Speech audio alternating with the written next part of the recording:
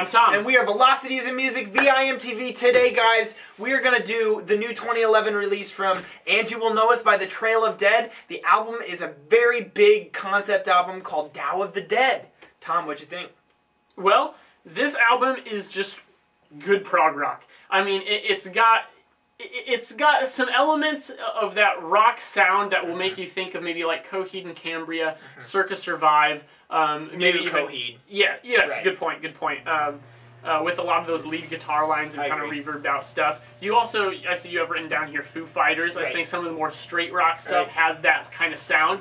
But they're definitely going for something epic here, and they're not trying to hide it. Yeah, they're letting their influences like Pink Floyd really come out to the forefront, which I enjoy. Yeah, one thing that I read was that they were very influenced by bands like Pink Floyd, Rush, and Yes, and what they were going for is kind of that dual A and B side of a record listening experience, so that you have these first like 11 tracks is actually like Tao of the Dead Part 1, and then that last like 15-minute track is Tao of the Dead Part 2, the second half of the album. And that way it almost reminds me of the Mars Volta's Francis the Mute, where they have these different parts of the album, these different movements that some of them they split up into multiple tracks and some of them they don't. Well, they did a similar thing here. But for that reason, on this album, you get an incredible amount of albumization. This thing flows really well, repeated themes. They even have a reprise track on here, which is really cool, something you don't get from albums a lot these days, especially rock albums. So to see them do that is really cool. There's just a lot of amazing prog kind of math rock sometimes. I mean, these songs just go everywhere.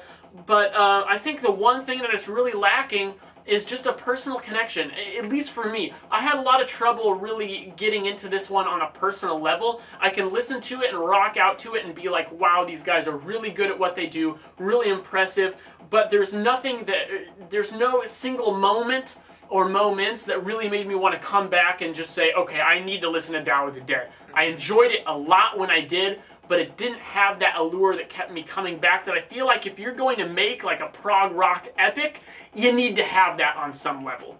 Tom, I don't know what else to say because you just literally summed up Tao of the Dead, I think, in the best way you possibly can. And I felt exactly the same way. Here you have this really epic album. There's tons of theming and conceptuality driving it, and then they're albumizing it in a way that really makes you want to listen to the whole thing straight through, and it is a straight through listen. And even those first 11 tracks, a lot of the tracks have short track lengths, and they're accessible without being accessible, almost. And they're just more like thoughts. And by the time that the song really gets established, you know, Trail of Dead's going to move on to the next song.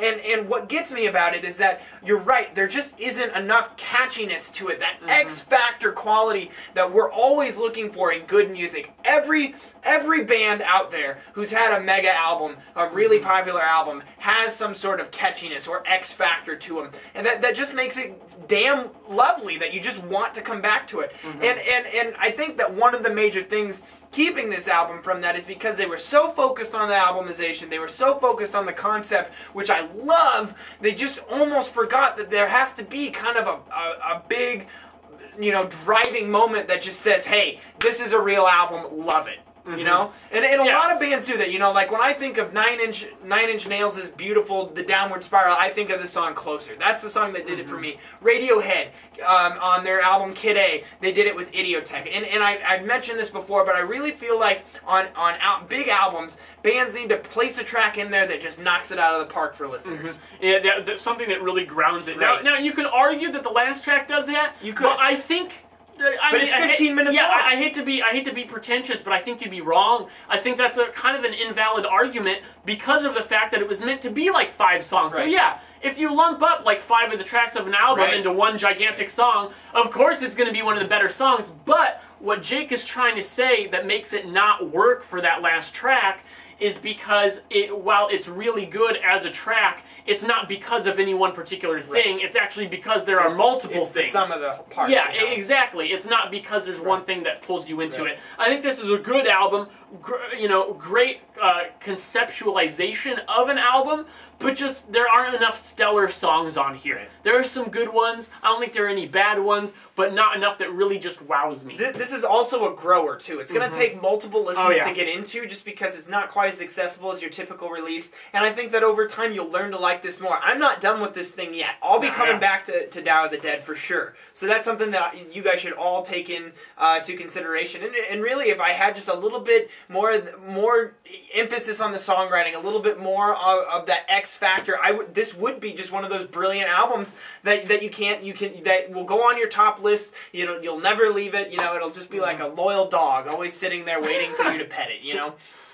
Or other things. So, what do you think about Tao of the Dead? Do you guys love it? Did you love the conceptuality? Maybe some of you guys are listening to this in record format. I don't know if they actually released it that way. They probably did. You can probably get it somewhere. A lot of bands are doing that these days, which I love. I mean, and I wish I honestly listened to records more like that. But anyways, and I also want to know what your guys' and you will know this by the Trail of Dead favorite album is. So let us know at www.velocitiesmusic.com or youtube.com/velocitiesmusic. Tom, I'm feeling a 75 on this one. I'm going 79. So upper 70s, good, not fantastic, couple things holding it back. Let us know what you think. I'm Jake. I'm Tom. And we are Velocities of Music, VIMTV, moving music critique forward.